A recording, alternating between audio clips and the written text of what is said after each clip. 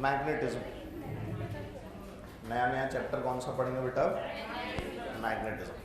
ठीक है, तो तुमने कोई जगह का नाम सुना है? मैग्नीशिया। एक जगह थी मैग्नीशिया, है ना?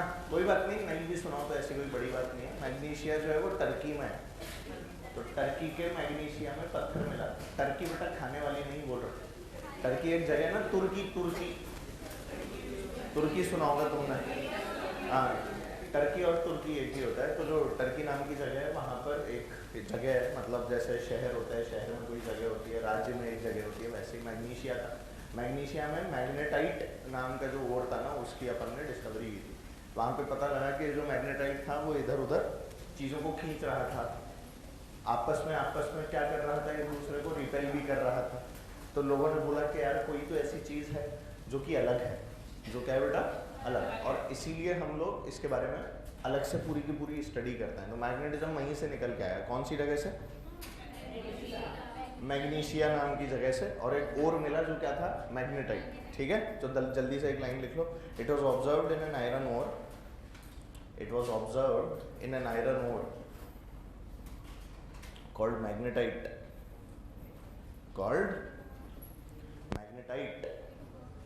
It was observed in an iron ore called magnetite, called magnetite, TITE मत लिख देना।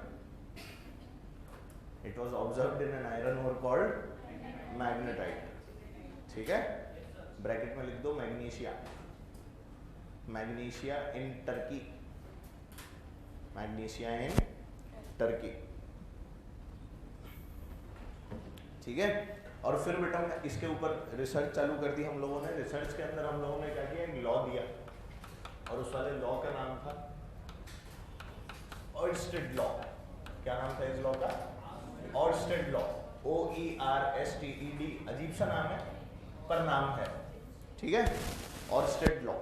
तो ऑयरस्टेड ने क्या बोला कि अगर कोई करंट कैरिंग वायर होगा, अगर कोई करंट कैरिंग वायर होगा और उसके पास में हम लोग कोई चार्ज रख देंगे और इस चार्ज को कुछ वेलोसिटी दे देंगे, तो ये वाले चार्ज को एक्सेलरेशन जो होगा, मतलब इस वाले चार्ज के ऊपर ज़बरदस्ती कोई फोर्स लगेगा, ज़बरदस्ती कोई फोर्स लगेगा। मतलब there should be a current carrying wire and there should be a charge. इधर मान लो अगर एक सर्किट है और यहाँ कोई चार्ज रखा हुआ है, तो इस वाले चार्ज को अगर मैं कुछ वेलोसिटी दे दूंगा तो ये अपनी पाथ से भटक जाएगा। ऐसे घूम सकता है, ऐसे घूम सकता है, ऐसे घूम सकता है। क्या मेरी बातें क्लियर है? तो ऐसा नहीं कि बिल्कुल सीधा निकल जाएगा। ठीक है, अब ये फोर्स लग रहा था तो लोगों ने बोला यार फोर्स लगता है तो कुछ तो गड़बड़ है, और वो जो मैग्नेटिक फोर्स के नाम की एक चीज़ को इन्वेंट कर दिया। क्या मेरी बात क्लियर है ना? तो ऐसी कहानी हुई। तो जल्दी से लिख लो। ही सेड दैट, ही मतलब ऑयरस्टेड, ही का मतलब ऑयरस्टेड है बेटा यहाँ पे। तो he said that current carrying wire, he said that a current carrying wire produces magnetic field in its surrounding. He said that current carrying wire produces magnetic field in its surrounding.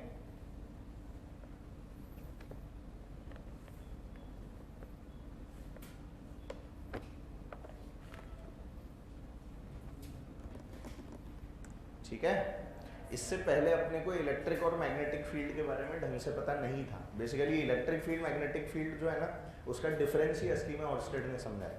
Otherwise अपने को इसके बारे में कोई idea नहीं था। अच्छा, एक और चीज़ जो यहाँ पर एक बड़ी डिस्कवरी थी ना, वो ये थी कि मूविंग चार्जेस के ऊपर ही लगता था। किसके ऊपर लगता था? Moving charges. फॉर एग्जाम्पल अगर मान लो मैं यहाँ पर एक सर्किट बना दूँ, इसमें उल्टा करंट दौड़ेगा, ऐसे दौड़ेगा आई, और यहाँ मान लो एक चार्ज रख दूँ और इस चार्ज को रेस्ट पे रखूँ, तो इसे कुछ नहीं होगा, नहीं रखा रहेगा चुपचाप। समझ गए? पर यही अगर मैं इस वाले चार्ज को आगे की तरफ कुछ वेलोसिटी दे दूँगी, तो ये भाई साहब जो इनको सीधे जाना चाहिए था, ये ऐसे चलेगा। समझ पा रहे हो? तो इसकी पाथ के अंदर क्या आ गया बेटा? ये डेविएशन आ गया। ये डेविएशन किसी नई फील्ड के कारण आया, क्योंकि एक चीज़ को सोच, अगर रेस्ट पे रखा हुआ था और तब कुछ नहीं हो रहा था, तो रेस्ट पे तो इलेक्ट्रोस्टैटिक फोर्सेज लगती हैं। तुमने जो पूरा इलेक्ट्रोस्टैटिक्स पढ़ा है तो उसमें स्टैटिक्स ही तो पढ़ी है। स्टैटिक्स मतलब बॉडीज एट रेस्ट। अब जो है ना, अब जो फोर्स है वो तभी लग रहा था जब ये चल रहा था, अदरवाइज ये फोर्स एग्जिस्ट नहीं करता। और इलेक्ट्रोस्टैटिक फोर्स तो चले या नहीं चले वो तो लगेगा ही लगेगा। भाई जो कूलम्बियन फोर्स होता है F = QE या K/Q1/2r², वो तो हर केस में लगता है। ये सिर्फ कब लग रहा था? जब ये चला, जब रेस्ट पे था तो हमने किसी प्रकार का कोई भी फोर्स ऑब्जर्व नहीं किया, चुपचाप रखा रहा, तो हमने बोला यार तो चलता ही नहीं है। पर जैसे ही इसको चलाया तो चलने लग गया। समझ पा रहे हो? इसका मतलब कुछ तो गड़बड़ है। ये वही गड़बड़ की कहानी, समझे? इसलिए लोगों ने बोला यार इलेक्ट्रिक फील्ड के अलावा कोई मैग्नेटिक फील्ड भी होता है, इलेक्ट्रिक फील्ड के अलावा कोई नई तरह की फील्ड भी होती है, and that new field is called what? Magnetic field. क्या मेरी बात क्लियर है? जल्दी से डायग्राम बना ले और एक लाइन लिख ले जो मैं बोल रहा हूँ।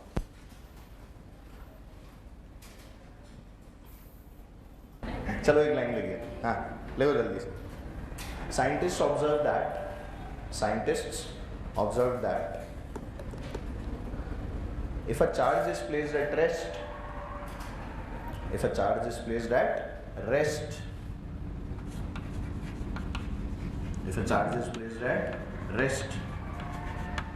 then there is no effect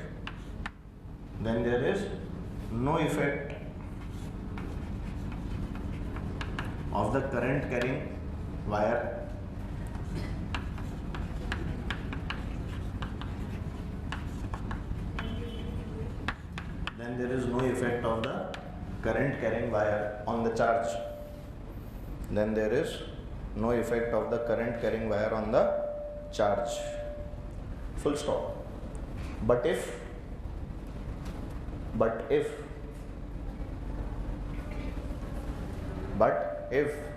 क्या हो गया?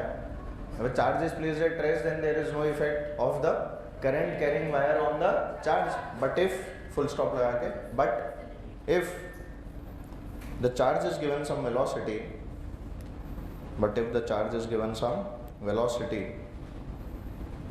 then there is a deviation in its path.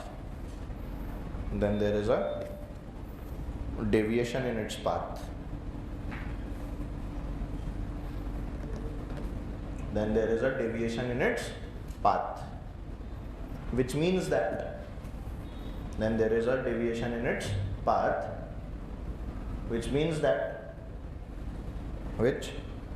that a current carrying wire, CCW लिख लो current carrying wire को, CCW, that a current carrying wire generates a new field, which means that a CCW generates a new field due to which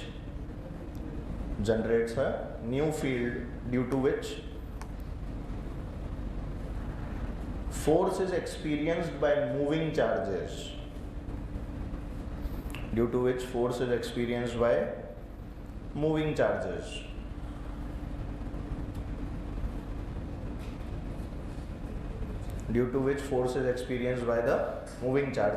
Full stop. This is different from electric field.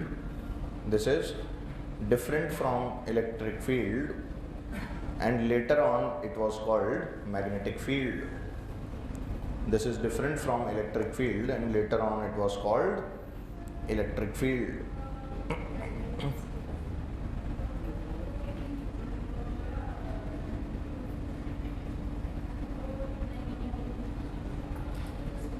And later on it was called magnetic field.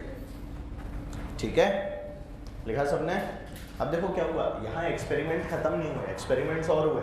और क्या experiment हुए ध्यान देना। जैसे मान लो अपन ने यहाँ पर अपन लोग मान लो करंट बहा रहे थे। क्या बहा रहे थे बेटा? करंट बहा रहे थे। तो करंट इस तरह से बहेगा, इसमें जल्दी बोल।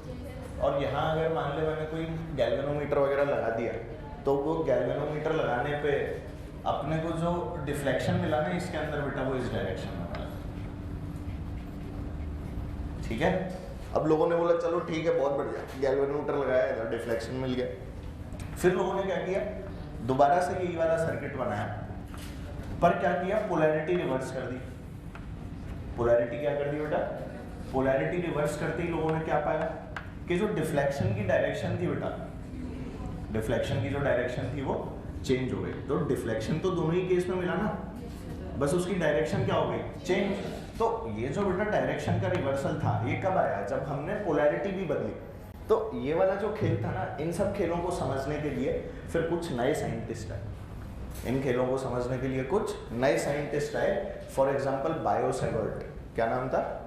बायोसेवर्ट, जीन बाप्टिस्ट बायोसेवर्ट, जीन नहीं वैसे जॉन बोलते हैं उसको, तो वो जो नाम बता रहा हूँ, नाम रखने नहीं है तो अपने को है ना, तो बायोसेवर्ट वगैरह है, उन लोगों ने इसके बारे में बताया, क्योंकि देख डायरेक्शन तो पता लग गई भाई, जहाँ करंट जा रहा है उसके ऑपोजिट जा रहा है, जहाँ करंट है उसके ऑपोजिट क्या मिला? डिफ्लेक्शन, ये तो अपने को पता लग गया। पर ये नहीं पता था कि अगर मान लो करंट है, डिफ्लेक्शन है, तो इसका कुछ मैग्नीट्यूड भी तो होगा, इसका क्या होगा? तो मैग्नीट्यूड देने के लिए नया साइंटिस्ट आया, उसका नाम क्या था? बायोसेवर्ट, उसका क्या नाम था? और उसने एक मैग्नेटिक फील्ड की वैल्यू डिफाइन करके दी, जैसे अपन लोग इलेक्ट्रिक फील्ड की वैल्यू निकालते हैं KQ/R², वेक्टर फॉर्म लिखते थे KQR/R3, कुछ याद आ रहा है? इसी तरह से इन्होंने भी मैग्नीट्यूड वाइज इन सब चीज़ों को कैलकुलेट करके बताया, मैग्नीट्यूड क्या होता है, वेक्टर फॉर्म में क्या होती है एंड एवरीथिंग। क्लियर है ना? तो जल्दी से दोनों डायग्राम बना लो। बेसिक्स बता रहा हूँ बेटा अभी इसके।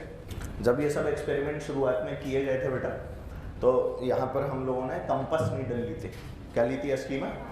Compass needle. तो कंपस नीडल लिख लेना इसको तुम, अपन तो हिस्टोरिकल टर्म्स पे ही बात करेंगे। तो यहाँ पर क्या लिखा था? ये कंपस नीडल थे।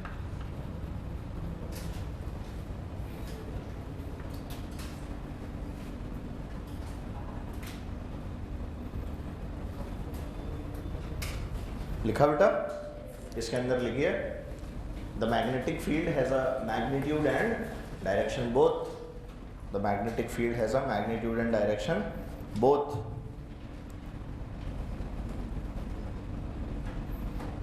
And hence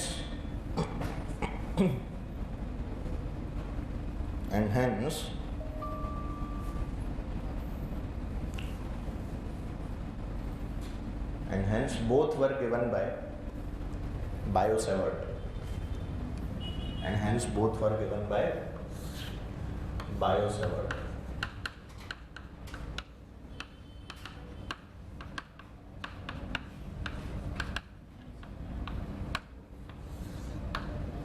तो आपकी नई हेडिंग क्या होने वाली है बेटा?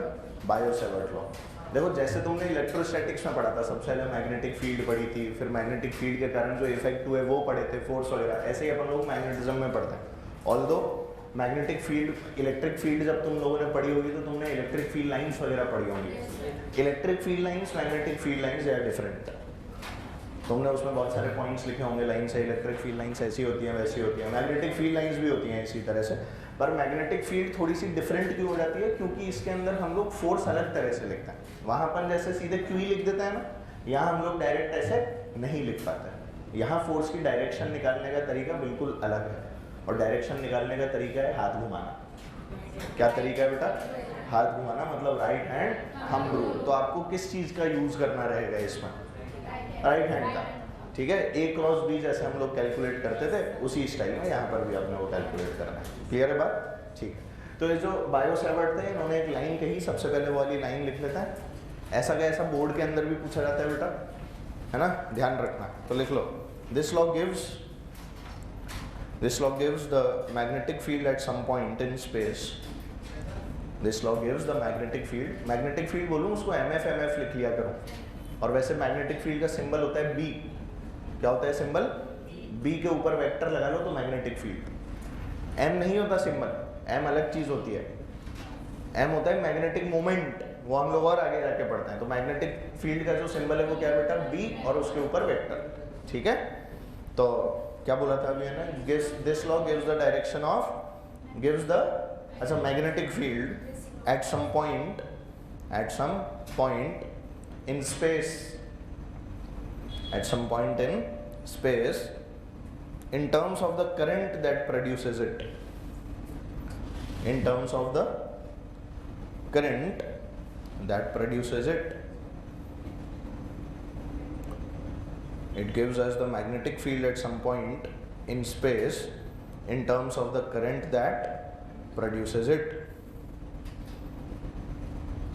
ठीक है बच्चों? तो मान लो अगर तुम्हारे पास में इस तरह से कोई तार वायर है, ये इंटीग्रेशन का साइन नहीं है, क्या है बेटा? तार है जो एक करंट कैरिंग वायर था। क्या था ये आपके पास? करंट कैरिंग वायर था। और अगर मैं इस वाले तार के बारे में बात करूं तो बेटा देख, कोई पॉइंट मान लो यहाँ पर था P, और इस वाले पॉइंट पे मुझे क्या लिखनी थी, इलेक्ट्रिक फील्ड लिखनी थी। तो आप लोग क्या करोगे, इस तार का एक छोटा सा पोर्शन कंसिडर करोगे। क्या करोगे, छोटा सा पोर्शन कंसिडर करोगे। तो let's call that portion what, DL। क्या बोल देते हैं उस पोर्शन को, DL। अगर L लेंथ का वायर है तो ये वाली लेंथ क्या होगी बेटा, DL लेंथ का पोर्शन हो गया। और इस DL लेंथ से हम लोग इस वाले पॉइंट की तरफ एक वेक्टर बनाते हैं, which is your vector R। ठीक है, ये आपका R वेक्टर होता है। ठीक, और हम लोग सीधे सीधे नियम लिखते हैं। B जो होता है वो एक वेक्टर क्वांटिटी होती है, ध्यान रखना। B कैसी क्वांटिटी है बेटा, it is a vector quantity. B का मतलब क्या है, मैग्नेटिक फील्ड। B का मतलब क्या है, मैग्नेटिक फील्ड। ये एक वेक्टर क्वांटिटी है और इसकी जो यूनिट होती है वो क्या होती है, टेस्ला। यूनिट क्या होती है, टेस्ला मोटर्स चल रहा है ना आजकल बहुत, सुना है तुमने Tesla Motors, electric cars, space x, space की जर्नी। कोई बात नहीं बेटा, सब ठीक हो जाएगा एक दिन, है ना। कभी बताएंगे बेटा टाइम से। वैसे तो क्या बताऊं, अब तुम हो भी तो एकदम जमूरे टाइप, क्या क्या बताऊं मतलब। एलॉन मस्क का नाम भी नहीं सुना तुमने, कोई बात नहीं है, सुना है, नहीं सुना। तुम अखबार वगैरह भी नहीं पढ़ते, बहुत ही बढ़िया बच्चे हो तुम, मतलब इतने बढ़िया बच्चे तो आज तक देखे नहीं मैंने जीवन में।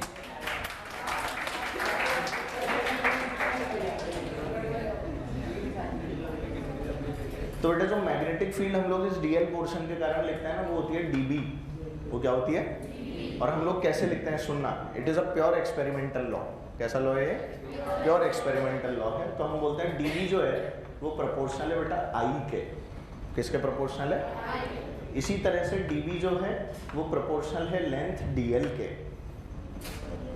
ठीक है, क्या हो गया, ऐसे क्या देख रहे हो, पहली बार देख रहे हो, तो पहली बार ही देख रहे हो, उसमें क्या हो गया, तो बिग डील। कुछ चीजें तो पहली बार ही देखोगे। चलो एक लाइन लिखो पहले, it is a pure experimental law, it is a pure experimental law. कैसा लॉ है बेटा, प्योरली एक्सपेरिमेंटल लॉ है।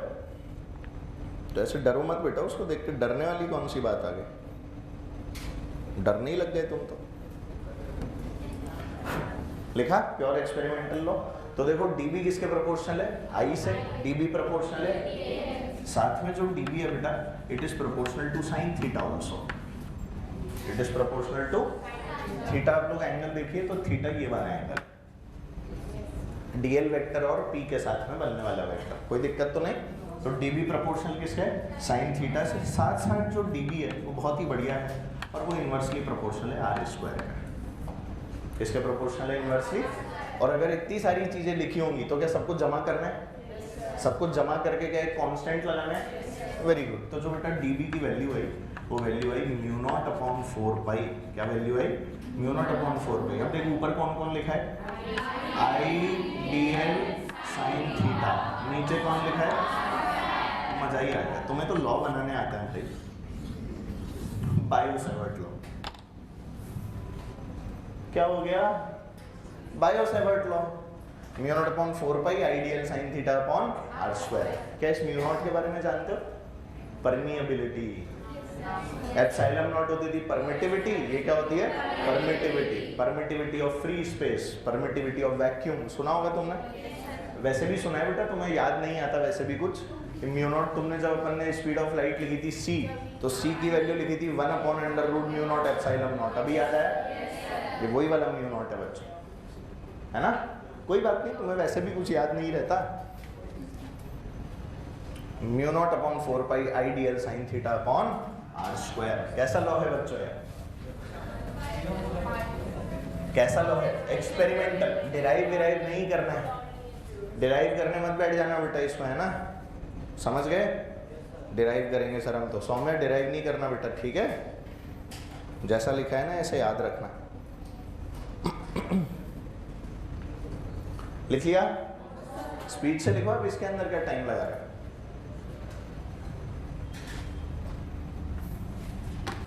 μ0 क्या होता है बेटा,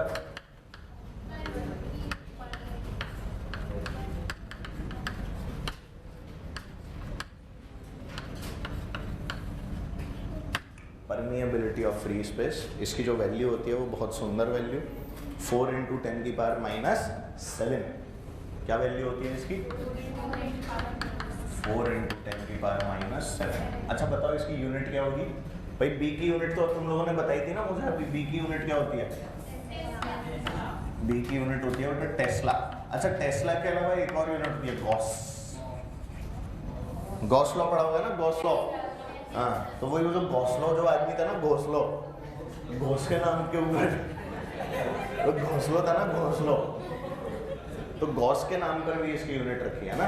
ये दोनों ही इसकी ऐसा यूनिट है वैसे तो, पर हम लोग टेस्ला ज़्यादा काम में लेते हैं। असली में जो गॉस है उसका कन्वर्जन भी होता है। एक टेस्ला जो होता है वो 10⁻⁴ गॉस होता है।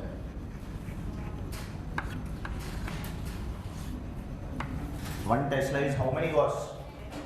10⁵ gauss.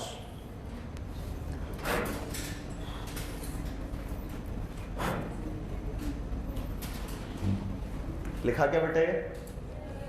इसकी यूनिट लिखो जल्दी से म्यू नॉट की। ये अपनी स्पीडें बढ़ाओ तुम लोग, क्या 15 पेन बदल के क्यों लिखते रहते हो? ये लाइन इससे, ये लाइन उससे, अगली लाइन उससे खींचेंगे। यूनिट लिखो बेटा जल्दी से म्यू नॉट की, तुम्हें लिखनी है, यहाँ देख के लिखो। ये क्या हो गया? टेस्ला। अब देख डीएल से 1 मीटर से 1 मीटर कट जाएगा, 1 मीटर ऊपर पहुंच जाएगा, आया ना? आपको म्यू नॉट की यूनिट लिखनी है इसलिए, तो इसकी तो वही टेस्ला, ऊपर क्या पहुंचा? मीटर। थीटा की तो यूनिट होती ही नहीं है, डिवाइडेड बाय एम्पियर। तो इसकी यूनिट क्या आ गई बोलो? हाँ, टेस्ला मीटर पर एम्पियर, याद रखना, ठीक है। जब हमें टेस्ला लिखना है ना अकेला, अकेला टी लिखना है तो कैपिटल लिखेंगे, पूरा लिखना है तो टी छोटा लिखेंगे। यही तरीका होता है असली में यूनिट लिखने, ध्यान रखें, है ना। असली में वो जो टी कैपिटल लिखा है ना, वो मैंने बस यूनिट बता रहा हूँ इसलिए लिख दिया। किसी नंबर के आगे अगर टेस्ला लिखना है पूरा तो टी छोटा लिखोगे, और अकेला टी लिखना है तो बात, ठीक है। नेक्स्ट लिखिए, इसमें लिखा हूं, the above formula gives us the magnitude of B. The above formula gives us the magnitude of B. The above formula gives us the magnitude of B.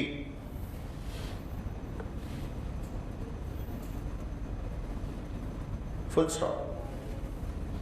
As it is a vector quantity, as it is a vector quantity,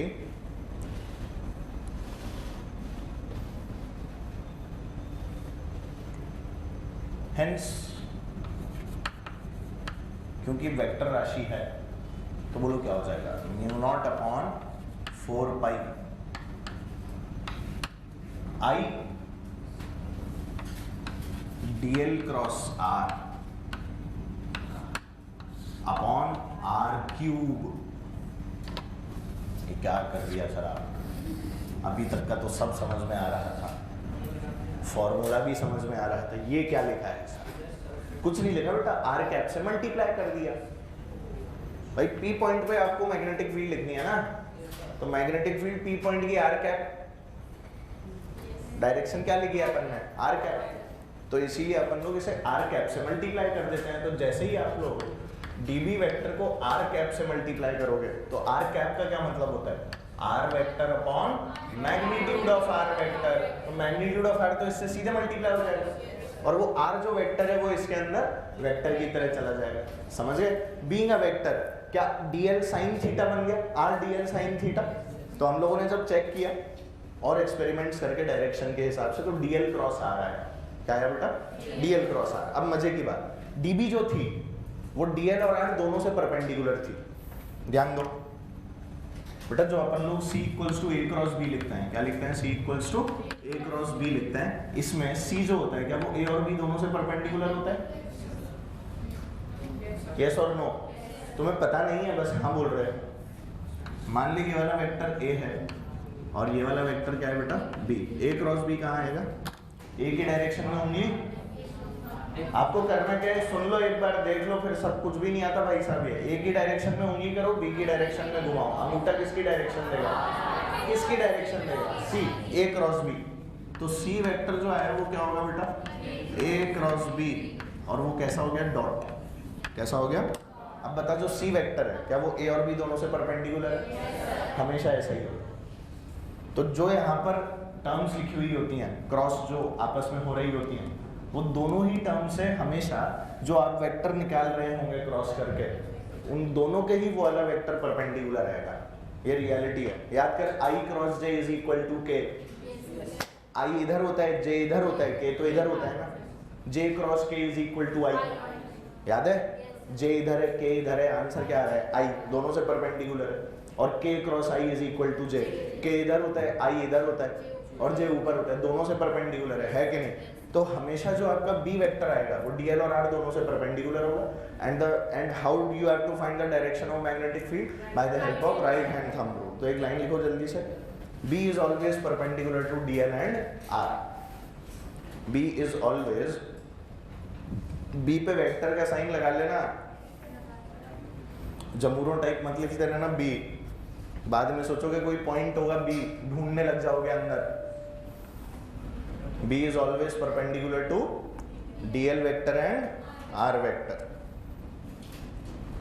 and the direction is given by,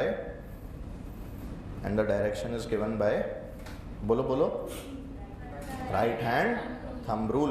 कैसे दिया जाएगा direction? Right hand thumb rule. अब बेटा जो current की direction होती है हमेशा DL उसी डायरेक्शन में लिया जाता है। किसकी डायरेक्शन? करंट की डायरेक्शन। करंट की डायरेक्शन क्या है? ये वाली। जल्दी से देख लो, मैं डायरेक्शन निकालना सिखा रहा हूँ भाई, ठीक है? And the direction is given by right hand thumb rule. तो ये जो सीधे हाथ का ठेंगा नियम है बेटा, ये हमें क्या बताता है? जल्दी बोलो। करंट की डायरेक्शन में ही हमेशा डीएल होगा। उस डायरेक्शन में अपनी क्या कर लो बेटा? उंगली। क्या कर लो? अपनी उंगली किधर कर ली? करंट की डायरेक्शन में। ऐसे बह रहा है ना। और आर वेक्टर की डायरेक्शन में उंगली मोड़ो। क्या बेटा मुड़ सकती है? नहीं मुड़ सकती। तो मैंने ऐसे कर लिया, नहीं मुड़ रही, तो मैंने ऐसे कर लिया, देखो नहीं दिखा, मुड़ गई। क्या हो गई? आर की डायरेक्शन में क्योंकि मुड़ गई तो अंगूठे ने किसकी डायरेक्शन दी? बी वेक्टर की डायरेक्शन। क्रॉस नहीं आया समझ? आ गया? बी वेक्टर की डायरेक्शन देने का तरीका क्या है? आई की डायरेक्शन में उंगली करो और आर वेक्टर की डायरेक्शन में अपनी उंगलियों को घुमा लो। ठीक है? अच्छा, अब ये लिखवाऊं मैं steps?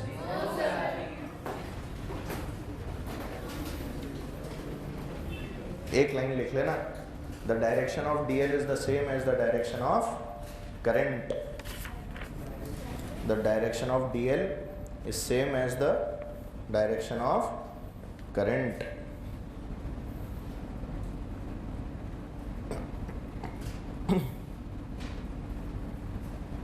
The direction of DL is same as the direction of current.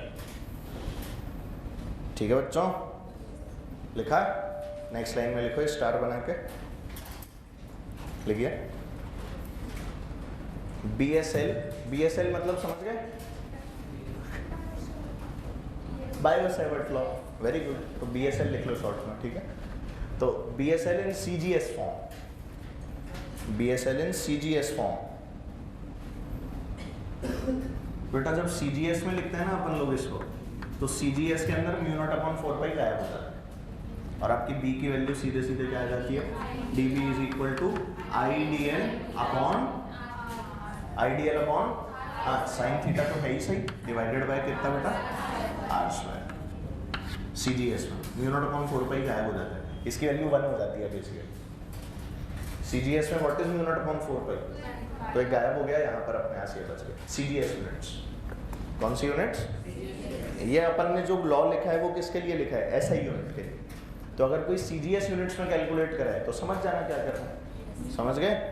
Next star बनाइए और लिखिए in the presence of medium, in the presence of medium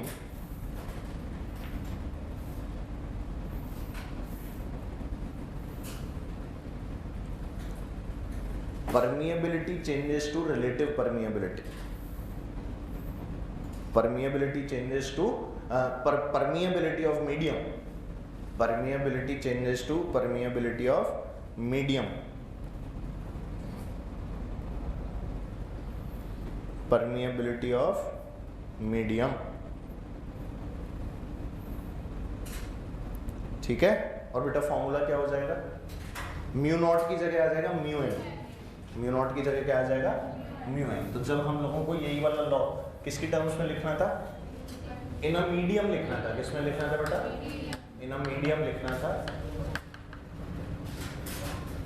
तो मीडियम में लिखने के लिए हमने जल्दी से क्या कर दिया, D B equals to what, magnitude ही लिख लो, म्यू एम अपॉन 4 पाई, अंदर बोलो I D L sine theta upon R square, सीधे सीधे आ जाता है, ठीक है।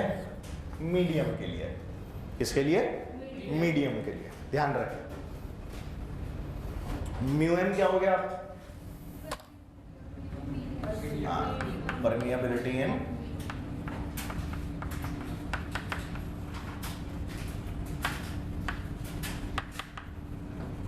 इससे पहले फ्री स्पेस था, कौन आ गया बेटा मीडियम। तो मीडियम की जो भी परमिएबिलिटी गिवन है उसके हिसाब से लिख देना, ठीक है। नेक्स्ट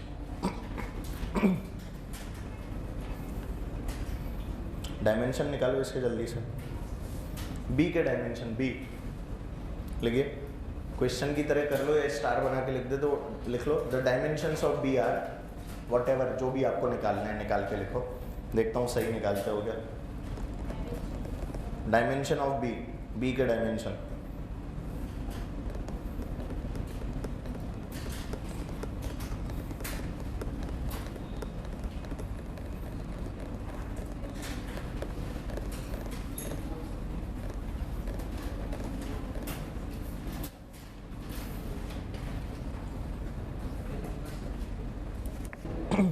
नहीं टेस्ला है, अबे टेस्ला डायमेंशन होते हैं, तुम क्या गेले हो गए क्या बिल्कुल ही, तो उसमें तो कटेगा ही सही। आधा मिनट और, डायमेंशन नहीं निकाल पा रहे, बहुत ही बढ़िया,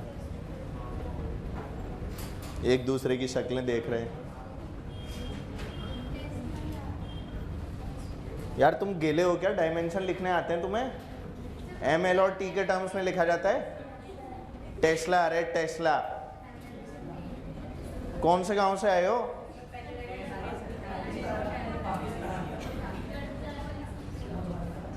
करो जल्दी,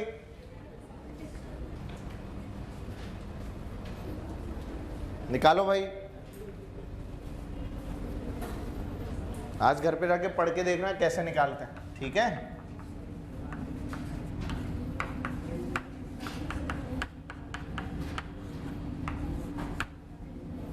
टास्क है बेटा ये आज का, राम राम, लोग देख रहे हैं ऑनलाइन अपने को। हाँ बेटा,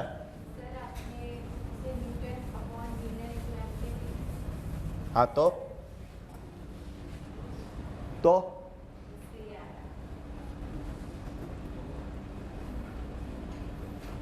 तेरा आंसर आ गया, नहीं आया तो मतलब सही नहीं है तेरा, तो बी के डायमेंशन निकाल के बताना मेरे को।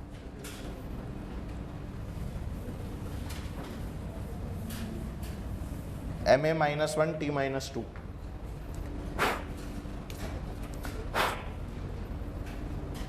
बहुत ही बुरे हालात,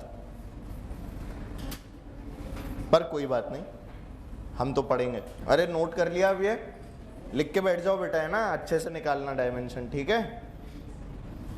लिखो, एक स्टार बनाओ और लिखो, short trick for the direction of magnetic field, short trick for the direction of magnetic field.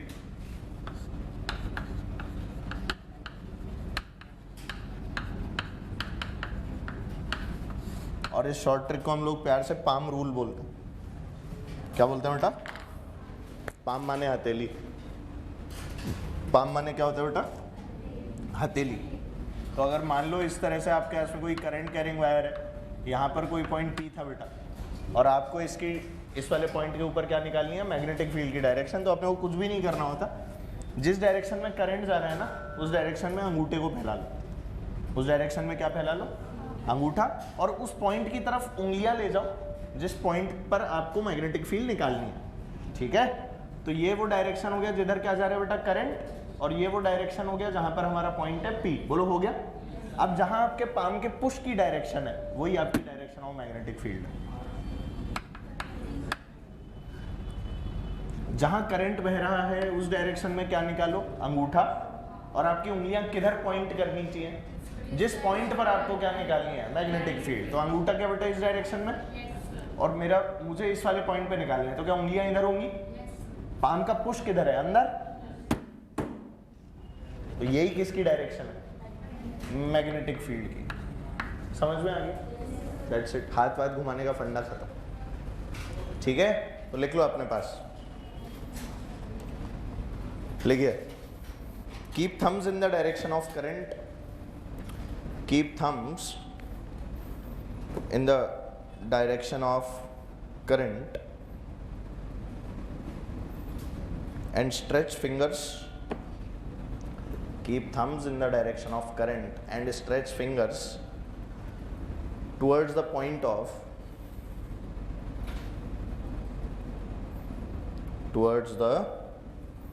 point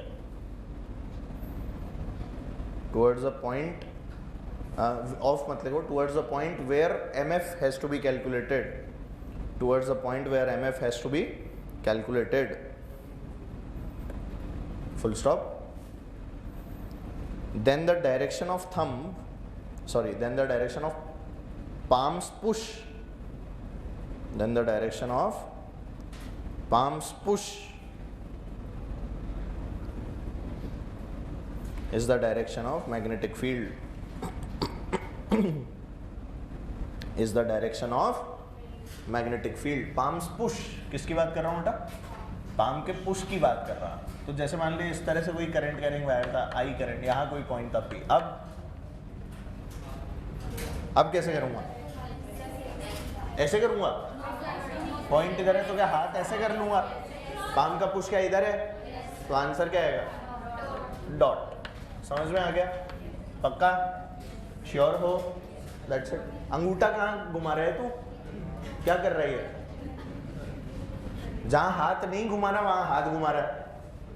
मैंने हाथ घुमाना सिखाया, इसमें क्या सिखाया मैंने, पाम फैला, हाँ इसकी तरफ फैला, इसके हिसाब से कैसे फैलेगा, तोड़ ले हाथ, हाँ देख गया, हाथ तोड़ना नहीं है बेटा, फैलाना है बस, क्या करना है, वापस देखो, ये सही है, दैट्स इट। नहीं आया समझ, ये लो,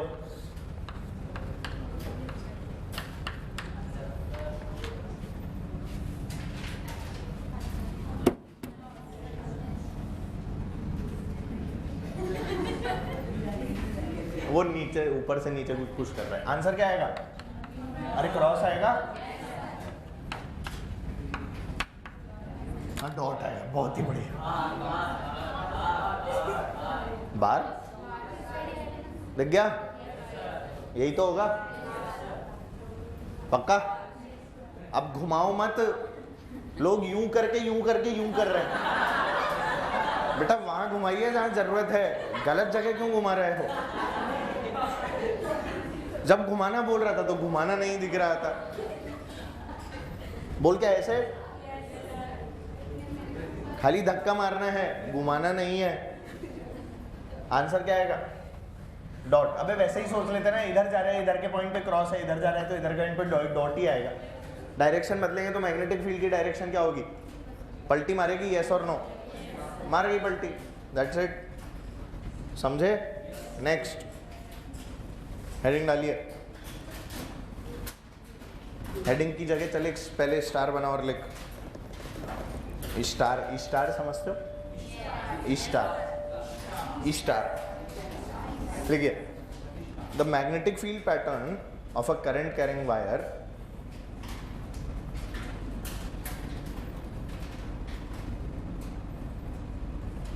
the magnetic field pattern of a current carrying wire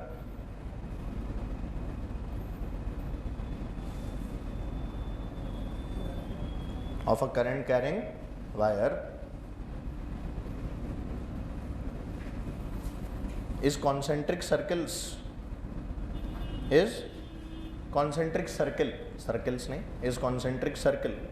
such that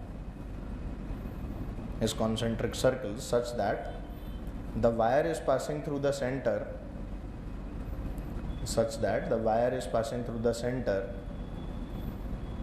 as well as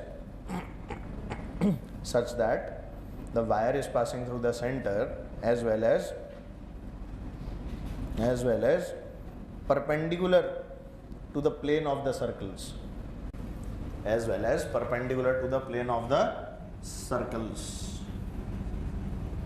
ठीक है। सुन मेरी बात, ये करंट जा रहा है आई, इसके लिए मैग्नेटिक फील्ड की डायरेक्शन देखनी है। कैसे देखूं? जल्दी बोल। How to check the direction of magnetic field for this? मान लो एक पॉइंट यहां था, ठीक है। अब बता, करंट तो ऐसे जा रहा है ना, तो ये किसकी डायरेक्शन है? पॉइंट उधर है, तो क्या ये डायरेक्शन आएगी? करंट तो आगे जा रहा है ना, ये इमेजिन कर ले ये चौक जा रही है, ये देख आगे, नहीं आया समझ? ये चौक कहाँ निकल के जा रही है? आगे, इसी तार के अंदर करंट बह रहा है, ठीक है। डॉट लगा हुआ है ना, तो ये करंट की डायरेक्शन है। इसी डायरेक्शन में अंगूठा किया, पॉइंट इधर था, तो इस पॉइंट पे मैग्नेटिक फील्ड किधर है? बोल है कि नहीं? अच्छा मान ले या एक पॉइंट यहाँ पर आ गया, अब बोल, ये वाला पॉइंट अगर यहाँ होता तो क्या होगा? क्या बेटा, आई अभी भी इधर है, पॉइंट इधर है, ये देख, देखा तेरे को? क्या बेटा इधर? ये मान ले पॉइंट इधर आ गया, नीचे कहां से? इधर। नीचे कैसे आ गया? आई तो इधर ही है, अंगूठा will always point toward the direction of. यार तुम्हें हाथ घुमाना नहीं आ रहा है, हाथ नहीं घुमाएगा भी, सही है? बोल डायरेक्शन, अब घुमा के ऐसे ही कर लूं? बोल क्या इधर? जहां धक्का मारोगे उधर ही आएगा ना, इधर आ गया, दिख गया?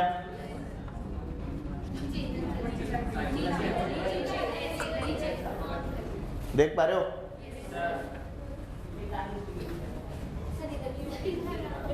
नजर ही नहीं आ रहा। तुम क्यों घूम रहे हो?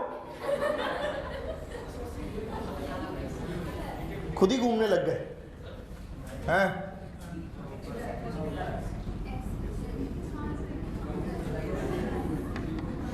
समझ गए? ध्यान दे, एक सर्कल बन गया, देखा किसी को? यही वाली चीज लिखवाई अभी, है ना बेटा? अब वो पहले से आप सर्कल पे ही पॉइंट लगा लेते ना, तो आपको इजीली दिख जाता। वैसे तो अभी भी दिख ही गया, इन पॉइंट्स को ज्वाइन कर लिया तो। अरे बोलो ना यार, ये रे पॉइंट्स, ये 1 पॉइंट, ये 2 पॉइंट, ये 3 पॉइंट, ये 4 पॉइंट, ये 5 पॉइंट, ये 6 पॉइंट, ये 7 पॉइंट, ये 8 पॉइंट, बस हो गए 9 पॉइंट, 10 पॉइंट ये पड़ा। अच्छा मान लीजिए अगर क्रॉस होता करंट तो इस पॉइंट पे फिर ऐसे आ जाता, पलट जाते। जो डायरेक्शन है ये वाला, ये क्या हो जाता? पलट जाता। समझ गए? Just for the sake of telling you मैंने बता दिया, ठीक है। Next,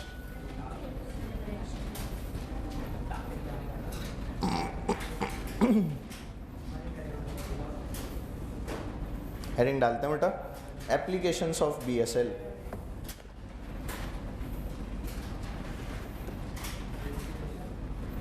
applications of BSL।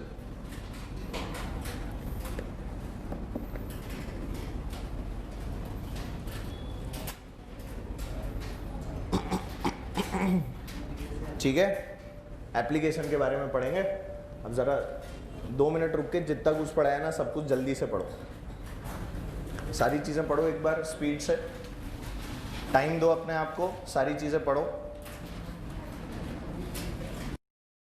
पढ़ लिया बेटा? डायरेक्शन वगैरह देख लिया? चलो आओ।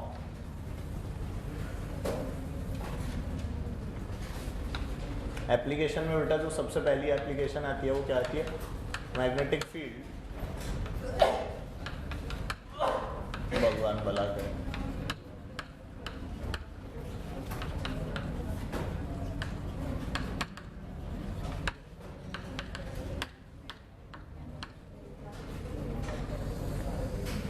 आ जाओ, ध्यान से अच्छे से देखना बेटा, क्या क्या फंडे लग रहे हैं एक बार में समझ लेना, ऐसा का ऐसा बोर्ड में भी करके आना है। एज इट इज किसके अंदर छाप देना है इसको, बोर्ड में। डेरिवेशन है छोटा सा, एक बार देख लो अच्छे से, सारी चीज़ें समझ में आ जाएंगी। देख आप लोगों को बेटा एक करंट कैरिंग वायर दिया हुआ है, यहाँ पर कोई पॉइंट दिया हुआ है P, और इस वाले पॉइंट पे अपने को क्या निकालनी है, इलेक्ट्रिक फील्ड निकालनी है। क्या निकालनी है बेटा, इलेक्ट्रिक फील्ड। लेट्स अज्यूम के यहाँ से जो एंगल बन रहा है वो बन रहा है थीटा, और यहाँ से जो एंगल बन रहा है वो क्या बन रहा है, थीटा 2। इसको थीटा 1 बोला, इसको क्या बोल दिया अपन लोगों ने, थीटा 2 बोल दिया। आज खाना ज़्यादा खा लिया। ये थीटा 1 हो गया, ये क्या हो गया बेटा, थीटा 2। तो अगर यहाँ से एंगल थीटा 1 है, यहाँ से एंगल थीटा 2 है, तो इसकी लेंथ तो वेरिएबल है ना यार हर जगह। तो अपने को थीटा पे जाके डी थीटा भी लेना पड़ेगा, और वाई पे जाके डी वाई भी लेना पड़ेगा। थीटा पे जाके डी थीटा भी लो, और वाई पे जाके डी वाई भी लो। तो हम लोग जाएंगे बेटा वाई पे जाके डी वाई, ये थिकनेस कितनी है बच्चों, डी वाई है, ठीक है, ये वाली। और यहाँ से जो हम लोगों ने एंगल लिया होगा वो क्या लिया होगा, थीटा पे जाके डी थीटा। देख पा रहे हो किस तरह से लेता है, ये वाला एंगल कितना है बेटा, डी थीटा, ये थीटा पे जाके डी थीटा। सबको समझ में आया। इनके बीच में अपने को रिलेशन बनाने के लिए पता है असली में थोड़ा सा कॉम्प्लिकेटेड पार्ट ऑफ इंटीग्रेशन जो है ना उसमें घुसना पड़ता है, पर क्योंकि आप लोगों के बोर्ड में एज इट इज ये आता है इसीलिए आप लोगों को ये मैं करवा रहा हूँ, ठीक है। अरे समझ गए। तो सबसे पहले तो ये बताओ कि अपने यहाँ में बचा क्या, ये एंगल थीटा, तो ये कितना 90 माइनस थीटा, यही तो होगा। तो ये वाला एंगल क्या हो जाएगा, 90 प्लस थीटा। मैं अलग से बना देता हूँ, इस वाले पोर्शन को अलग से बना रहा हूँ। तेरे पास में मान ले ये बच गया, यही था ना। अरे बोलना भाई, ये P पॉइंट है, ये एंगल कितना है बेटा थीटा, ये एंगल कितना हो गया 90 माइनस थीटा, ये वाली लेंथ हो गई y। बोलो इस वाली डिस्टेंस को मान ले d है, ये परपेंडिकुलर डिस्टेंस क्या है बेटा d। वहां भी क्या लेते थे अपन, d लेते थे इलेक्ट्रो, ये डिस्टेंस क्या लेते थे परपेंडिकुलर, r ले लो बेटा। बस ये ध्यान रखना होता था कि डिस्टेंस कितनी है, परपेंडिकुलर वाली है, ठीक है ना। तो अगर ये वाली डिस्टेंस दी है तो बेटा ये कितना हो गया d, सबको दिख गया। अब बता ये थीटा है 90 माइनस थीटा, करंट तो इसी डायरेक्शन में जा रहा है ना, तुझे तो ये वाला एंगल लेना होता है। तो ये कितना है 90 प्लस थीटा, बोलना भाई। अरे 90 माइनस थीटा है तो ये कितना होगा थीटा, तो ये कितना है 90, तो ये टोटल एंगल कितना है 90 प्लस थीटा। ये बात समझ में आ गई, पक्का। तो तेरा जो एंगल लेगा आर वेक्टर के साथ में वो एंगल तो 90 प्लस थीटा हो जाएगा या 90 माइनस थीटा हो जाएगा। आर वेक्टर तो ऐसे लेता है ना, एल वेक्टर ऊपर है, एल और आर के बीच में एंगल कितना है 90 प्लस थीटा। एंगल कितना हो गया, इन चीज़ों को समझना होता है थोड़ा सा, इसीलिए थोड़ा सा कॉम्प्लिकेटेड होता है वो। तो अब डीबी की वैल्यू लिखो, mu not I upon 4 pi. अंदर क्या लिखा होता है DL cross R, DL cross R को अगर बेटा मैं लिख दूं, यहाँ पर डीएल क्या हो गया मेरा D Y into R sine theta, तो साइन ऑफ 90 प्लस थीटा, सही है क्या, अपॉन आर स्क्वायर, अपॉन कितना। अब बेटा यहाँ पर आर क्या है, ना आर तो बेटा आर वेक्टर होता है, आर तो आर वेक्टर होता है ना। Mu not I upon 4 pi, याद करो DL cross R, R vector होता है ना, आर तो ये वाला वेक्टर है, तो तेरे को ये वाली लेंथ निकालनी पड़ेगी ना। तो ये वाली लेंथ क्या आ जाएगी, डी की टर्म्स में निकाल ले, ये कितनी हो गई D sec theta under root, बहुत ही बढ़िया। थीटा की टर्म्स में कितनी हो गई बेटा डी सेक थीटा, जो दिया हुआ है उन्हीं की टर्म्स में निकाल लो तो अच्छा रहेगा, ठीक है। तो ये आर की वैल्यू मैंने यहाँ पर क्या पुट कर दी, बोल, ये आर्क वेक्टर का मैग्नीट्यूड है। असली में इसकी भी वैल्यू क्या है डी सेक थीटा ही है, पर मैं एक बार फॉर्मूले में पुट कर रहा हूँ। तो ये हो गया डी सेक थीटा का स्क्वायर, समझ में आ गया। क्यू वेक्टर लिख रहा हूँ ना, ठीक है। तो ये क्या हो गया डी सेक थीटा का होल क्यूब, वो अपने आप कट जाएगा इस वाले से, बाद में हम लोग वैल्यू पुट कर देंगे। अब हमें है ना एक रिलेशन ऐसा चाहिए जो कि डी वाई के अंदर और, हाँ जल्दी आओ, जो कि हमें डी वाई और थीटा के बीच में रिलेशन दे दे, क्योंकि डी वाई भी लिया है हमने और डी थीटा भी लिया है। क्या क्या लिया बेटा, डी वाई भी और डी थीटा भी। आपकी बोर्ड की क्लास है बेटा 1 बजे बायो, इंग्लिश और हिंदी मीडियम वालों की, कल 1 बजे बोर्ड की क्लास। तो क्योंकि आपने यहाँ पर बेटा dy भी लिया है और साथ साथ क्या लिया है, d थीटा, तो इसलिए आपकी जो मेहनत है ना वो इसके अंदर थोड़ी सी बढ़ जाती है। मेहनत कैसे बढ़ जाएगी, y और थीटा में एक रिलेशन चाहिए जो कि कैसा हो, डिफरेंशियल रिलेशन हो। कैसा रिलेशन हो, तो इसमें tan थीटा लिख सकते हो इस ट्राइंगल में, can you right tan theta, तो राइट tan थीटा कितना है बेटा, y अपॉन d। डर के मत देखो, ऐसे ही करना पड़ता है इसको, मैं भी कुछ नहीं करा सकता। तो बेटा d की वैल्यू कितनी आ गई, मतलब y की वैल्यू कितनी आ गई, d tan थीटा, बोलो। तो dy की वैल्यू कितनी आ गई, अरे डिफरेंशिएट करना है दोनों तरफ, तो कितना आ जाएगा, d sec square theta d theta, d sec square theta d theta. तो आपके पास में एक रिलेशन आ गया dy में और d थीटा में, क्योंकि भाई आप जब लिमिट्स लगाओगे तो थीटा 1 और थीटा 2 में लगाओगे, लिमिट्स किस में लगाओगे, थीटा 1 और थीटा 2 में। तो हमारे पास में ये फायदा हो गया, यहाँ से dy की वैल्यू आ गई d sec square theta d theta. क्या जहाँ पर dy मुझे लिखना है वहाँ पर इस वाली वैल्यू को पुट कर दिया जाए, कर दो जरा पुट। क्या बेटा एक r से नीचे वाला एक r काट दूँ, असली में this r is what, d sec theta ही है, तो डरना मत, है ना। तो इस वाले से ये वाला एक कट के क्या बेटा 2 रह जाएगा, और dy की वैल्यू यहाँ पे पुट कर देते हैं। तो आपके पास में क्या आ जाएगा बताओ, db is equal to mu not I upon 4 pi, बोलो अंदर कितना आ गया, dy बोलो, d sec square theta d theta. ये d और d मल्टीप्लाई मत कर देना तुम, ये d कौन सा है, ये वाला, और ये d डिफरेंशिएशन वाला d है, डिफरेंशिएशन इंटीग्रेशन, तो ध्यान रखना बेटा। तो ये कितना आ गया अपने d sec square theta d theta, ये वैल्यू पुट कर दी मैंने। अच्छा sin 90 plus theta is cos theta, तो ये कितना हो गया cos थीटा, चलेगा। नीचे में बोल d sec थीटा का होल स्क्वायर, सही है बेटा। कुछ कट पिट रहा है क्या, अरे देखो तो सही, क्या sec थीटा कट रहा है, खाली cos थीटा बच रहा है, वही है d sec स्क्वायर थीटा, देखो, और ये sec थीटा और 8d, नीचे 8d बचेगा, बस नीचे क्या बचेगा ये। तो अपने पास में क्या आ जाएगा ऐसे में, ध्यान दीजिए, mu naught I upon 4 pi D, mu naught I upon 4 pi D, और यहाँ क्या बचा, integral cos theta d theta. देख सब कुछ खत्म करके इतना ही रखे, upon cos theta d theta. और बेटा जब लिमिट्स लगाएंगे तो क्या ये वाला थीटा एंटी क्लॉकवाइज मेजर है क्लॉकवाइज, ये तो क्लॉकवाइज है, तुम्हारे यहाँ घड़ियां ऐसे घूमती हैं, बहुत जमू रहे हो, हाँ क्लॉकवाइज, और ये कैसा है, अब एक एंटी क्लॉकवाइज है एक क्लॉकवाइज है, तो क्या बेटा लिमिट्स के अंदर एक माइनस का साइन एक प्लस का साइन लेंगे, कौन माइनस कौन प्लस, माइनस थीटा 2 से लेके प्लस थीटा 1। क्या मेरी बात क्लियर है। cos थीटा का क्या होता है बेटा, इंटीग्रेशन, साइन या माइनस साइन, साइन या माइनस साइन, साइन। बेटा cos का माइनस साइन डिफरेंशिएशन होता था, कुछ याद नहीं है हालांकि तुम्हें, पर कोई बात नहीं है ना। तो हमारे पास में जो b की यहाँ से वैल्यू आ जाएगी बेटा, वो कितनी आ जाएगी बोलो, mu naught I upon 4 pi D, दिख गया सबको। और अंदर में क्या आएगा बोल, sign theta 1 plus sine theta 2, दिख गया सबको, मजा आ गया। जनरल एक्सप्रेशन कर लो नोट।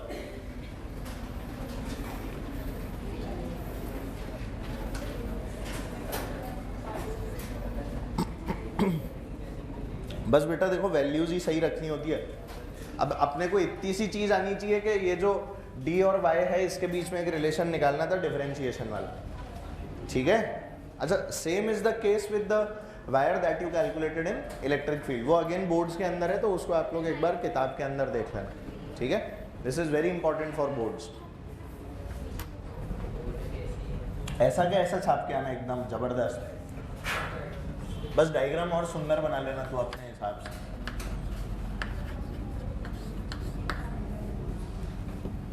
b की value mu not I upon 4 pi D sine theta 1 plus sine theta 2। अब आप लोगों को क्या करना है वो आपके लिए इजी हो गया। अब आप जानते हो कि इनफाइनाइट हो गया तो क्या होगा, सेमी इनफाइनाइट हो गया तो क्या होगा, जानते हो ना। सेमी इनफाइनाइट मतलब एक तरफ से इनफाइनाइट, इनफाइनाइट मतलब दोनों तरफ से इनफाइनाइट। तो जब वायर दोनों तरफ से बावला होता है तो वो इनफाइनाइट हो जाता है। तो ये भी 90, ये भी 90, तो आंसर क्या आना चाहिए, 2 नहीं 1/2। अबे ये 2 कट भी तो जाएगा, पूरा नहीं सोचते, आधा सोचते हो, पूरा पूरा सोचा करो बेटा। तो मैं मिटा ही रहा हूँ, नहीं भी हुआ था।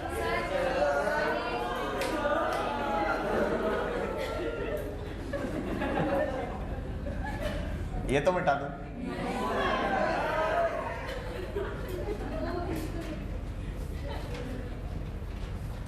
ये भी नहीं बनाया।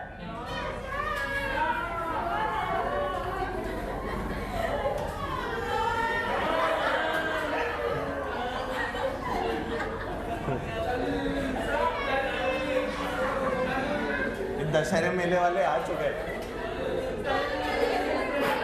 दशहरे मेले से सामान लाना शुरू कर दिया लोगों ने, ऐसा लग रहा है बेटा, आने वाला है वही तो। क्या क्या कह रहा है, पशु मेला पशु नहीं होता, वो पशु होता है, पशु। चलो सुनो मेरी बात पशु। ओ भाई साहब, इधर इधर जो भैंस आता है ना, 3-3, 4-4 लाख रुपए के भैंस आता है। भैंसा नहीं, भैंसी।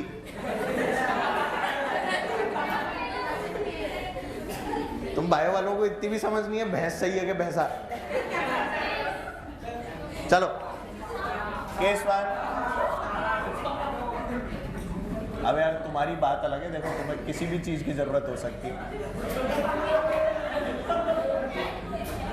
अब सुनो यार, सुन, अरे सुन तो सही।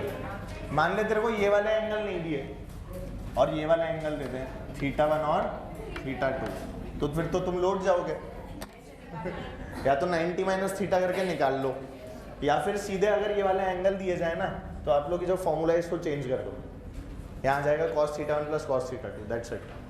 अरे व्हाट इज sin 90 - θ,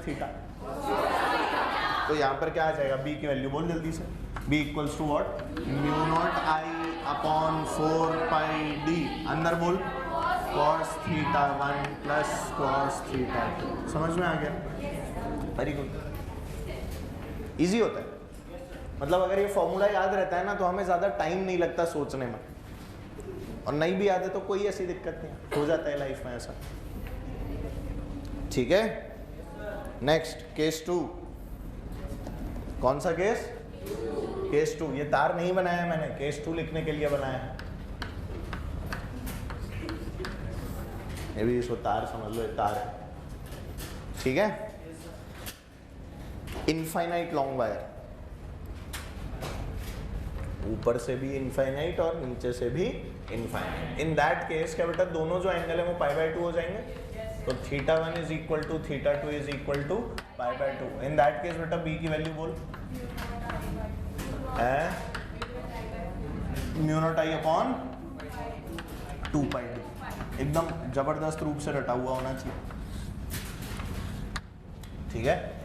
क्या होना चाहिए, जबरदस्त रूप से रटा हुआ। एक क्रॉस का मतलब ये मत समझ लेना कि काट दिया है, ये b की डायरेक्शन है,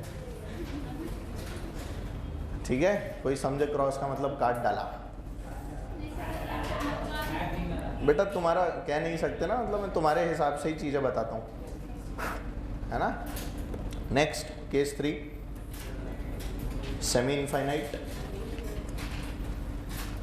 केस 3 क्या हो गया बेटा, सेमी इनफाइनाइट। हाँ भाई, सेमी इनफाइनाइट में क्या हो जाएगा, एक एंड से हम लोग इन्फिनिटी ले लेंगे और एक एंड से क्या ले लेंगे, 0। नहीं, 0 बेटा, एंगल की बात कर रहे हैं हम लोग, इसीलिए बोल रहा हूँ मैं, बता देता हूँ सारी की सारी चीजें, है ना। ये आपका इनफाइनाइट वायर हो गया। केस 3 में क्या हो गया बेटा, सेमी इनफाइनाइट। ये सब करंट कैरिंग वायर है, CCW। ये कैसा है,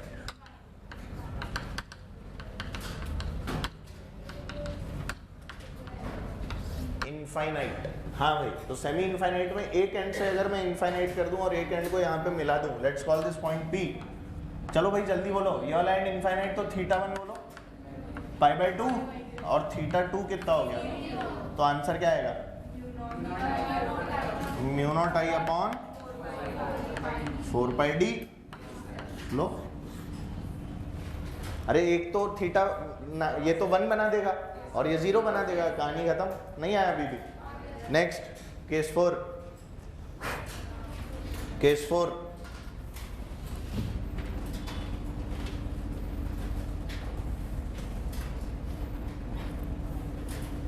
केस 4, if P lies,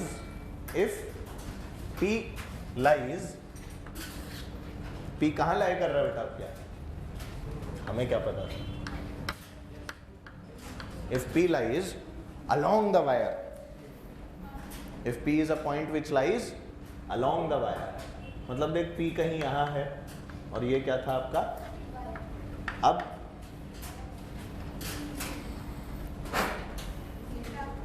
θ1 θ2 गया 0, θ1 θ2 क्या हो गया? कहाँ से मेजर करेगा? कोई जगह दिख रही है मेजर करने की?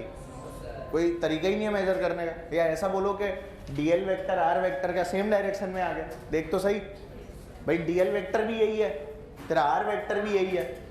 अब डीएल और आर दोनों ही सेम डायरेक्शन में है, तो आप अंगूठे और इसको 90 डिग्री पे रख ही नहीं सकते कभी। जल्दी बोल। मैंने बोला डीएल इधर है, अब आर इधर होता तो मजा आ जाता, पर अब आर भी इधर ही, अब कैसे घुमाऊं? तो ये तो ऐसे हो गया। When the angle is 0 degree, magnetic field will always be what? 0. तो when the point lies along the direction of the current, उसी डायरेक्शन में आपको पॉइंट कहीं मिल गया, तो B की वैल्यू हमेशा क्या आने वाली है बच्चों? 0 आएगी, 0 वैल्यू के लिए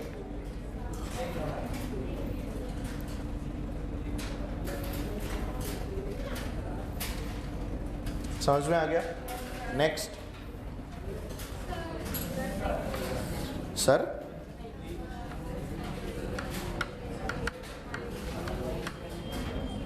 देखो, अरे तुम लोग कर चुके हो, इजी लगेगा, एक बार में समझ में आएगा। देखो भाई, हमेशा आप लोगों को क्या करना है, जो भी आपका वायर दिया हुआ है ना बेटा, उस वाले वायर के अपर पॉइंट को और लोअर पॉइंट को ध्यान दो। इधर जो भी आपका वायर दिया हुआ है, उस वाले वायर के अपर पॉइंट को और लोअर पॉइंट को आपके पॉइंट के साथ में मैच कर देना, जहां पे आपको क्या निकालनी है? इलेक्ट्रिक फील्ड निकालनी है। ठीक है, अब ध्यान दे, इसके अंदर क्योंकि ये वाला पॉइंट ऊपर खिसक गया, पहले क्या होता था? पी पॉइंट के रिस्पेक्ट में नीचे होता था, हमने जो डेरिवेशन किया था उसके हिसाब से। अब ये डेरिवेशन जैसा है क्या? नहीं है। अब देख, ऊपर के पॉइंट के लिए हमेशा जो थीटा लेगा वो थीटा हमेशा होगा θ1, और जो नीचे के पॉइंट के लिए थीटा होगा वो हमेशा क्या होगा? θ2। अभी आपको पता होना चाहिए ये डिस्टेंस हमेशा कितनी ले रहे हैं बेटा? अपन लोग d ले रहे हैं, and d is always the perpendicular distance. लिख लेना स्टार बना के छोटा सा, ऊपर ही कहीं लिख लो पहले ही, d is always the perpendicular distance of the point P from the wire. d is always the perpendicular distance of the point P from the wire. Perpendicular ही होगी, चाहे कुछ भी हो जाए, जमीन आसमान यहाँ के वहाँ हो जाए, डी नहीं बदलेगा। क्या नहीं बदलेगा? It is always what? Perpendicular. हमें कंपोनेंट करने पड़े हम करेंगे, सब करेंगे। ठीक है बच्चों, तो P से वायर के बीच में परपेंडिकुलर डिस्टेंस तो यही है। अभी मान ले मैं डी दे देता तो सही होता क्या? फिर डी का कंपोनेंट लेना पड़ता, डी का क्या लेना पड़ता? कंपोनेंट। तो अगर ये θ2 है और ये θ1 है, तो what is θ1 in such a case? θ1 क्या है? And what is θ2 in such a case? -θ2। ये क्या कर दिया सर आपने? बेटा θ2 को अपन ने उसमें नेगेटिव पुट कर दिया था क्योंकि उल्टा नापा था। अब तुमने डेरिवेशन में तो ऐसे नाप लिया था थीटा को, अब कैसे नाप रहे हो तुम? ऐसे, तो उल्टा लेना पड़ेगा ना। कैसा लेना पड़ेगा? उल्टा। उल्टा लेंगे तो फिर आंसर भी चेंज हो जाएगा। ठीक है, तो अगर मैं मान लो लेट्स से कि this angle was how much, let's say this is what 30 degree, और ये एंगल भी कितना था? 30 डिग्री। तो what is the value of theta 1? 60 degree. क्या वैल्यू आएगी बेटा? 60। What is the value of theta 2? -30। कितनी आएगी? ध्यान से, थीटा 2 कितना आएगा? -30। बात समझ में आ गई? चलो क्वेश्चन करो, लिखो, बिना बातें किए क्वेश्चन करो बेटा। सर सराने से कुछ नहीं होगा। एक और क्लास है बेटा? कोई बात नहीं, आओ।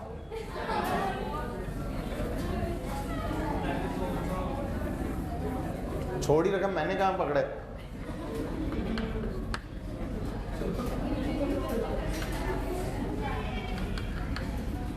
बेटा आप लोगों को एक सेमी इनफाइनाइट वायर दिया हुआ है। अच्छा बातें बंद कर दो भाई। क्या दिया हुआ है आपको? और यह एंगल बना रहा था कितना? 37 डिग्री का। पॉइंट P जो है बेटा वो यहाँ दिया हुआ है, और जो डिस्टेंस दे रखी है वो A है। कहाँ से दे रखी है देख लो।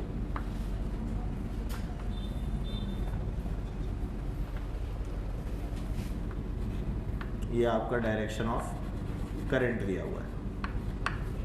P पॉइंट पर magnetic field, electric field. P point पर क्या निकालना है बेटा आपको? मैग्नेटिक फील्ड की वैल्यू। जल्दी से कर दो।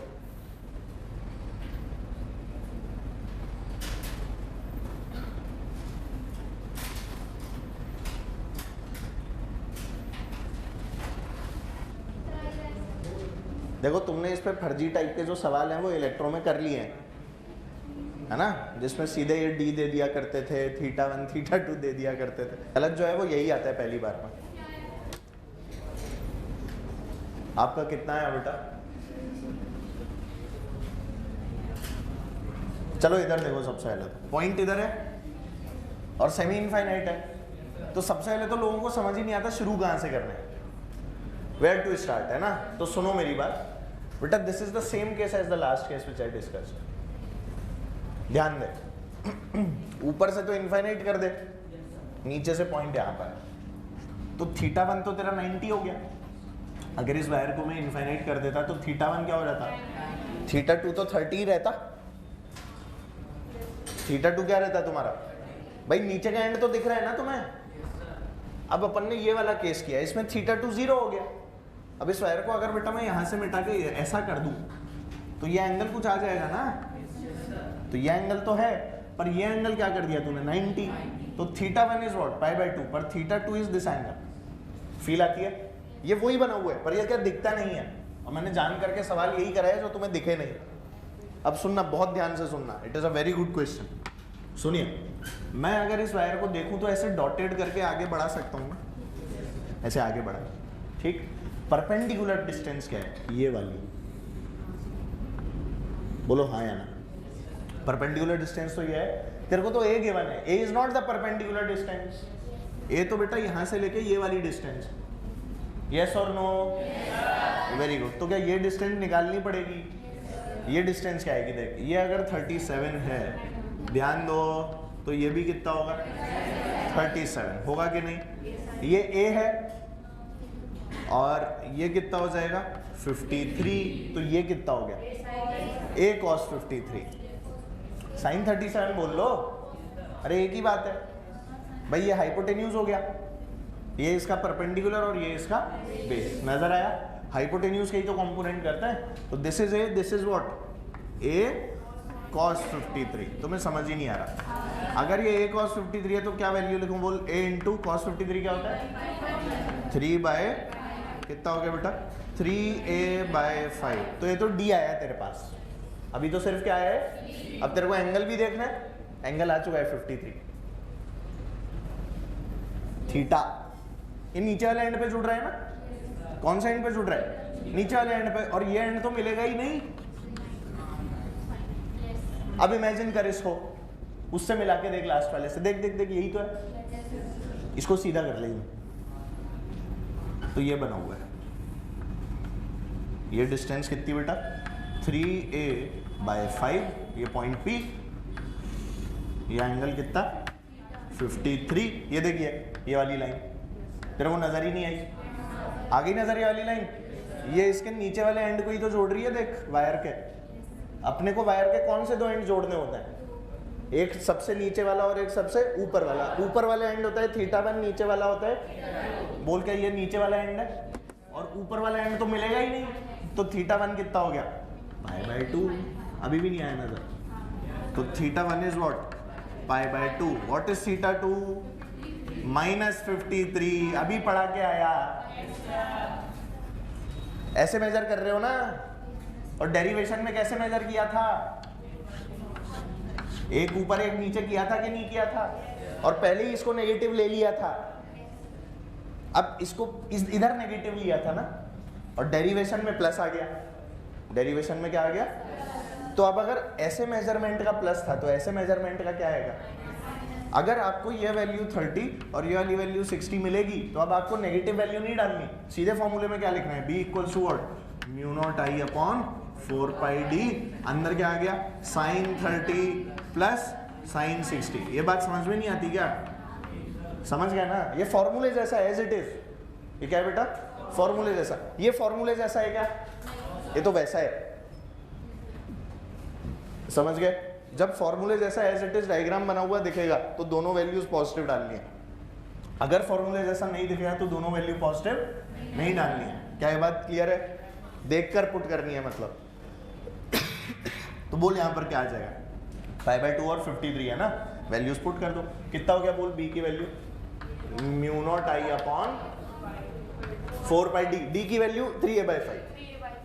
d की वैल्यू परपेंडिकुलर डिस्टेंस कौन सी लेते हैं? और परपेंडिकुलर डिस्टेंस कितनी है बेटा? 3a/5 multiplied by sin θ1 is what? π/2 और माइनस व्हाट? sin 53। क्या हो गया? अबे साइन -53 है ना, तो माइनस sin 53। यार तुम ऐसे क्या देख रहे हो? क्या हो गया बेटा? समझ में नहीं आया? आ रहा है ना? चलो आओ, तो बोलो कितना आ जाएगा? कुछ कटरा पिट रहा है क्या बेटा? ये हो गया 5 μ0I/12πa। अंदर बोल 1 - 4/5। ठीक है? क्या हो गया बेटा? 5 μ0I/12πa। अंदर में बोलो 5 - 4 तो क्या 1/5? क्या बेटा? 5। तो आपका जो आंसर है वो क्या आ गया? μ0I/12πa। Am I clear with this? ये आपका आंसर है, ध्यान से। अब मैं ऐसा सवाल नहीं कराऊंगा यार कि ये ले, ये θ1 ये θ2 बना ले इसको, ऐसा सवाल थोड़ी ना करेंगे अपन, ठीक है ना? अब इसी के ऊपर अपन लोग थोड़े हायर लेवल के क्वेश्चंस करेंगे अगली क्लास में, ठीक है? ध्यान से पढ़ना। चलो मिलते हैं भाई, बाय बाय।